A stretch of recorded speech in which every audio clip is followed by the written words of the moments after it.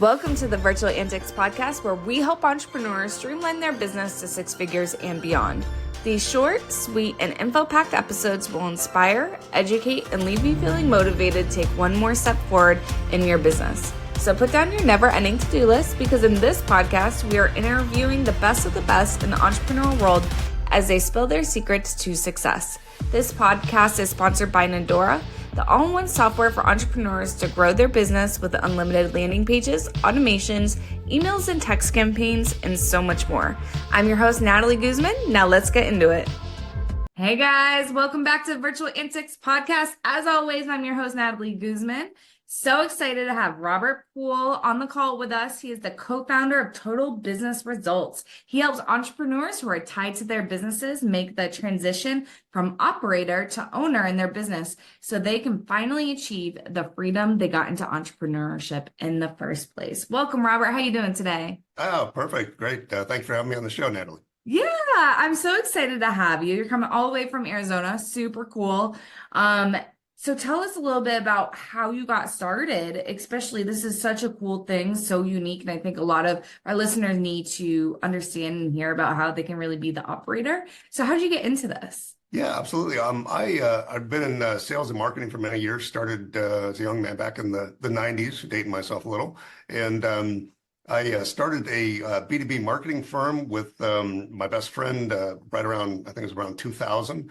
And so we took it from just nothing, didn't have any money, no seed money to start off with, and grew it into multi-million-dollar business, focused mostly on B2B cold calling. That was our expertise. And so we were really successful. We were making a lot of money.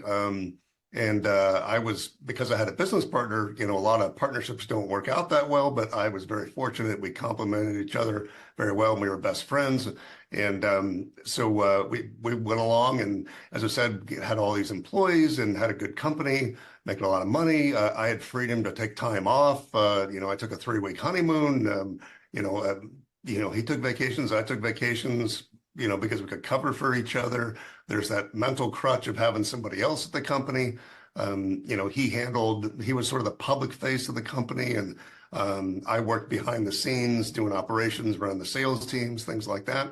And so it was a great situation, and then 2017, day after 4th of July, I came into the office like normal, and he didn't come in, and I thought, that wasn't completely strange. And but then his fiance started calling me and saying, I haven't heard from him in 24 hours. And I thought, well, that's, he's kind of, he'll go MIA for a while, not a big deal. But as a favor to her, I said, okay, well, he's not answering his phone. I'll just run over to his house real quick. And unfortunately, I found he passed away from a heart attack the day before.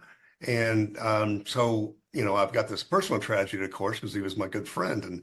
And then business-wise, all of a sudden, I'm in charge of this multi-million-dollar company, and I'm trying to do his job, my job, and then I'm thrust into being the public face of the company, being the leader, which I wasn't used to. I was starting working at 4 a.m. till 7 p.m, trying, 7 days a week, trying to hold things together. And I realized I couldn't even take a morning off, much less a day or a week. Suddenly I'm tied to this business that we had gotten to that point where I had all this freedom. And so, I realized that, this is killing my family, my personal life, and it's not a sustainable model in business. And it's something that a lot of people in business struggle with, and so I figured I've got to figure out a way out of this. So I've spent, about 2 years trying to figure out how do I get myself out of the business where I can get that freedom back. And so I was able to do that. Like I said, it took me a couple of years, a little trial and error. And so since then, I've been helping other business owners kind of achieve the same thing. And so it's a long answer to your question, but that's kind of where I got to where I am now. Yeah, and I think it's really important that we have that background. And I'm so sorry for your loss. It's definitely not something easy. You're kind of thrust in that situation where it's kind of like survival mode, right? You're just trying to figure out. And the fact that you pivoted and try to figure out a way to fix that and get out of that survival mode, super, super impressive. We I know, like, I've gone through that. I struggled with that. I had a lot of clients say, "Oh, you're always going to answer the phone because business owners work 24/7, right?" And and I was like, "No, I got this business. I got into this business to spend more time with my kids. My husband's a first responder, and so I have to be the main caregiver, the main parent, and so I need to be the one that shows up to all the different, activities and school events and doctor. We have a child that goes through a lot of health issues. And so going to all the doctor's appointments and keeping track of that. And so having a business that would take all my time, it would not make sense, right? And my business was my passion, but I didn't want it to be my whole life. So I took on a partner to kind of help with that load. And then us together kind of did this operation thing that you talked about where we're not really working in the business, we're working on the business. And I think there's a very, very important distinction between that. We're not doing we're not working one-on-one with clients. We're not working on the everyday tasks. We do strategize and things like that, but we also have figureheads. So what does it look like to you to be an operator versus, someone that's just working in the business? Yeah, absolutely, Natalie. And and your description of what you said, it's so funny because all of us pretty much get into entrepreneurship for, the reason that, we want to be our own boss. We want to set our own schedule. We want our income not to be limited by, what somebody else says. And then, you check in with somebody 2 or 3 years after they start and they're working 60, 70 hours a week and can't get away, all those things, So it's kind of funny how that works. But, I think for me, the realization, the real difference between an operator and an owner is how necessary you are for the business to not only run on a day-to-day basis, but to grow. It is, I always say, if you can, leave tomorrow and, go to Tahiti for 3 weeks or whatever and not take your phone and your computer, and you come back and your business is, one, is it still there? And two, is it still growing? Then you become a full business owner. Of course, it's a spectrum like everything. You can't always 100% get there unless you're, become sort of an investor where you're completely hands off. But, you go from being task oriented, doing, for lack of a better term, low level things to doing what you're talking about now, the strategy, the bigger picture, working on the business itself. What kind of clients do we have? What kind should we have? How do we serve them the best? What do we need to do to make a difference? Those types of questions. So to me, that's really the difference between the operator and the owner role. Yeah, I 100% agree. And it's such a nice feeling too once you're there. You're like, you can breathe. And like the fact that you've hired because you can't get to that position without having a really good team behind you. And so once you realize, oh, I have an amazing team and I am relying on them, and you got to make sure you nurture them too, right? Is nurturing an important part about kind of being the operator and handing your business over to your team? Oh yeah, I really teach 4 main principles, and that's a big one. Building a team, and it's one of those things that I struggled with, for many years because I came from a military background. Went to West Point. I was an Army officer for a while when I was younger, and so that environment is very top down. Sort of, you tell somebody what to do, they have to do it. Whereas the real world, in business, you don't. People don't have to do what you say. They can go get a job somewhere else. And so it takes a different skill set. And we have to learn to, if we really want to have that autonomy and be able to walk away from our business and leave people that we trust in charge, then we've got to create what I call a set of mini owners. And it doesn't necessarily mean they have to have equity in the company. They can, but primarily what I'm getting at is you want to build a team so that people have a vested interest, that they almost feel like an owner of the company. And that way you don't have to worry about watching what they're doing on a daily basis. You don't have to be micromanaging over their shoulder. I remember this was probably 2010-ish or something like that. The technology is way outdated, but we even had basically a spy program that was installed on all the work computers to track what people were doing and everything. And, I look back at that now, I think, oh my gosh, but creating that team of people that you trust and that have that vested interest, it is just probably the most critical part of any business as far as how to grow. You always talk about, from a business valuation standpoint, an outside investor that considering buying your company, what do they look for? And a lot of times they're buying your customer list. It's like Facebook, when they bought Instagram, it wasn't because they couldn't do the technology, it's because they wanted the user base. But from a small business owner's perspective, I believe that your team is your absolute single most valuable asset that you have. So if we create that right team, create that culture of nurturing like you're talking about, let's say you get basically sued out of business or you lose your biggest customer or any number of things, if you have the right team in place, those people are going to stick with you and you can recover from that. And I will take that any day of the week over any customer, any situation, because it really is, business is about people and life is about people. So absolutely, I totally agree that is one of the most critical things in making that transition. Amazing. Yeah. So my partner actually started out as one of my very first hires. And so she was actually just hired as an admin assistant, ended up going to like website and funnels, creating programs, operations manager.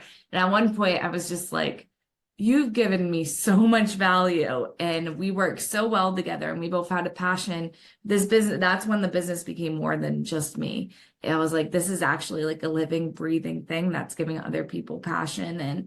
And then she eventually became business owner. So that was it was don't recommend it for everyone. It just really worked for us. Our personalities worked. And the fact that we're both moms was like very helpful. That's awesome. Thanks. Yeah. But I realized with her that, nurturing but also like giving them responsibility you don't think they're necessarily ready for. She used to yell at me because I would not really yell at me, but she would make fun of me because I would throw her into the ocean is what I would say. I'm going to throw you in, see if you can sink or you're going to swim. And I would give her scenarios. Like first time she ever had to upsell a client, we were on a call together with the client and she had me there as support, in case, to try to upsell the client on something that they really needed. Like it was something that their business was really absolutely needing. We both were really passionate about that. And we knew it would be easy sell. So I was like, I texted her on Zoom. I was like, hey, you're going to handle this. You're going to bring up the offer. And she was like, you could just see her eyes widening while she was reading it. But she killed it. She got the upgrade, which is super cool. And then she felt comfortable doing like discovery calls and things like that. So it added even more skills to her list. And I feel like that's, although nurturing is, giving them, some about the benefits or, the support they need, but I think it's also giving them challenges. Because when you're given a challenge, you get really interested and you want to accomplish it. And then you feel really good afterwards once you accomplish it. And I think it's just a really, really cool way of nurturing your team and that I love to do, even though they don't always necessarily love it. Yeah. So, you're absolutely right. And then I'll just make one comment on that because I think that you're so onto it there, Natalie. If you look at surveys of employees, and again, I did this wrong for many years, which is why I can speak to it. I used to think that, hey, we'll just pay above market, we'll give them lots of benefits, and they should be happy. It's all about the money. But if you look at any kind of study about employees and people who work for companies, that money is like third or fourth on the list. Growth is probably the number one thing. And so what you're talking about, Allie, is kind of forcing people into growth because, human beings, normally we're status quo creatures, let's face it, if we're not pushed sometimes, we won't do it. And so, what you did to help your partner grow by pushing her into those situations, actually, that's what she really needed and wanted. And so that's why it's so powerful. So, whether you knew it or not at the time, that was brilliant. So, I've always tried different things. They don't always work out good, but I would say that was definitely one of my favorite things. Now, you said that's one of the things that you teach out of 4. What were the other 3? Well, I always, the first one I always start with is, and I hate the word, it's just pet peeve of mine. I hate the word mindset, but that's what people use. It's a mentality of becoming, who you have to become, because we have this idea that, well, I want to grow this company into whatever. And we forget that the only way that company is going to grow and become the company that we're dreaming about is for us to first grow. We have to grow as business owners first in order to get that growth. I always use the example of, somebody famous, like you look at Mark Zuckerberg, and I forget the exact story, but, when he started Facebook at Harvard or wherever he was, so imagine him starting that little company. And then if you took that kid at that age and you put him into running Facebook today, he'd be bankrupt in 3 months because he did not become and grow into the person that can handle that kind of company and deal with it. So we first have to focus on us as a business owner. We have to realize and learn the skills that an owner has, because we usually get into business because we're good at something, and we want to serve people with that, particular skill. But the problem is that that's a skill that's an employee type of skill. Business ownership is different. All the things you were talking about, the high level strategy and the working on the business, those are skills that we're generally not taught. So we have to learn how to become that person first. So that's long answer number one. Number two is we talked about building a team and how critical that is. And I'll say one thing on that too. Some people, when they hear that, they'll zone out and think, oh, well, that doesn't apply to me because I'm a solopreneur or whatever, don't have any employees. But that counts just as the same if you have contractors that you work with on a regular basis. That culture that you're talking about, Natalie, that is so critical, whether they're employees or contractors. It's how you do things as a business. So you've got yourself working on you, sort of you Inc., if you will. You got the HR, the team building aspect of it. And then the third thing is what I've found is that we need to really have our company, sales and marketing needs to permeate the whole company. It tends to be in a lot of companies siloed in the sense that, if you have a marketing person, you have a few salespeople, you have one, whatever, doesn't matter. Those people are skilled in that area, understand marketing, they understand human psychology, things like that. And somebody who's doing an administrative task may not have that skill set. They don't understand the overall company, what they're trying to achieve. They may not have the personal skills that a salesperson's learned, personal psychology, And so what I did was I started teaching everyone from our time, receptionist to people who are in IT, those skills, basic stuff, how to sell somebody, how to deal with people, how to understand what's going on in the sales and marketing process.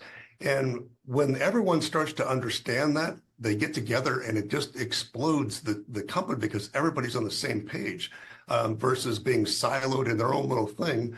And so I think that's a critical part of it. And then the final thing is what people usually think of when they think of making the transition from operator to owner. And it's really kind of a lot of the stuff that you're very good at, Natalie, obviously, the systemization, if you will, of a business. And, a lot of times people confuse systemization and automation too. Automation is awesome. I love technology. I'm a geek. I want to play with every new shiny object I can. But sometimes we take automation and we forget that it's just a tool to help us implement systems. So systems are basically processes of how we do things, how we can scale the business. So how can we repeat this at a higher level than just one person, one customer? What are these standard operating procedures, as they would call in the military? And then we use tools like automation and other tools to help us implement those things. So that's the final step, I would say. So it's really those four things. Again, you Inc. as the business owner growing that team, helping sales and marketing permeate your whole company. And then, the last part, systemization, of the company. So those are the things that I personally found in my transition that I think have been really helpful with a lot of business owners I've worked with. So those are the big four, if you will. That's amazing. And, I really feel like those are kind of like the tiers to a really healthy business. I talk about SOPs a lot on my podcast, probably too much, probably every single call. I am a systems and processes girl, and SOPs, your standard operating procedures, are super important. I even go as far as where I actually redid my tracker today for the podcast. I have a tracker with every single step that you take within a certain system. So for instance, my podcast, right? So I have to have the interview.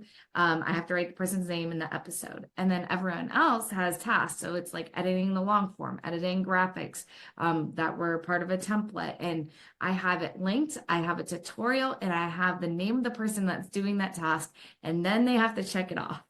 And I love it. It's so easy. And we're hiring 3 people today. And the only reason I'm able to hire 3 people and onboard them all within just like an hour or 2 is because I have the trainings, I have the SOPs, and I'm able to just kind of add their information into a couple systems, and they kind of do the rest. I'm not going to have to take as much time training them one-on-one. And so when we do have meetings, they'll be more about nurturing them instead of teaching them, which I think is really, really important. Plus, everyone learns differently. So if you give like a video or like an SOP where it's written and very detailed, they can go back, they can take their time, they can review it in the future. Whereas if you just have a call with them for an hour, it's not recorded or written down, they're going to forget. Oh, yeah. And then there's going to be mistakes that happen. So I think I love SOPs. I'm so happy you mentioned that, because every business owner needs one. They need one in every aspect of their business, I personally think. So. Yeah, no, and I'll reiterate your point, what you said there, Natalie. I think is so critical, again, from my past experience, when it comes to onboarding employees. Because again, people think about systems, they tend to think in the terms of sales and marketing. They don't tend to think in terms of internal operations. Particularly, they don't think in terms of people and training. And we, again, did this wrong for so many years where, we have a lot of technical things that are in-house proprietary, not really something that somebody learns in another company and pops in and already knows how to do it. So we would have to teach somebody, and it would take 3 months, 6 months, a year before they were actually productive in making the company money by accomplishing things. And eventually we changed to what you're talking about, Natalie, the creating tutorials, doing, all the documentation, doing all that stuff. Our most recent employee, she was up to, a job that the same job for the previous employee took her almost a year to get it down. This person got it down in less than a month, like a few weeks. Yeah. And it's because of exactly what you're talking about. And so, and what was interesting is, I'm not a very good person when it comes to creating systems. I love systems, but that's not my gift, Yeah. And there wasn't really anybody in our company that I felt was that, anal and that good at creating those kind of things, like training and all that to pass that knowledge. So we actually hired an outsider. We some way we found on Upwork, and I didn't even know what to call it. I don't remember the search terms, to be honest with you, but it was like, policy writer or something like that. But basically, we paid her as a contractor. She basically interviewed the person in the job. She had them screen record everything they did, and asked them some questions. And she created all these SOPs, all these tutorials for us, and they're awesome. And just like you said, now somebody can walk right into that position. So I think that's so awesome, what you did. And, the huge relief, like you said, to be able to onboard 3 people at once. I mean, my gosh, try to do that when you're teaching them one by one, so that's and just I used to awesome. do that, and it would just take way too long. And then I stopped hiring for a while because I was getting so exhausted, and the point where I needed to hire a lot more people, I stopped because I was scared that it was going to take up all my time. And then you get in this place, and that's when I was working in my business. I wasn't the operator at that point. And so you're trying to do all the client work because you're trying not to hire. And sometimes you get in the point where you're like, oh, I need to save money right now, so I can't hire. And you're doing all these client tasks, and then your business isn't growing. You're stuck in the cycle of you're doing client work and you're not growing. You might get 1 or 2 new clients, so it feels like you're growing, but you're really not. And then your home life gets neglected, your team starts failing. It's like, don't get in that cycle. It's very, very easy to think, if I hire especially payroll is your biggest expense. It's like, if I hire someone, I'm going to lose money. It's not true. You actually have the opportunity to make more money. And that's, I think, the really cool thing about business. Yeah, yeah, absolutely. Now that's why I think what you do is so cool, the stuff they put together, because it's all, I think, like you said, we think, oh geez, if I hire somebody, I'm going to pay them X amount per hour, or salary, whatever. But we don't realize that we, as the business owner, we have an hourly too, whether we know it or not, or want to admit it.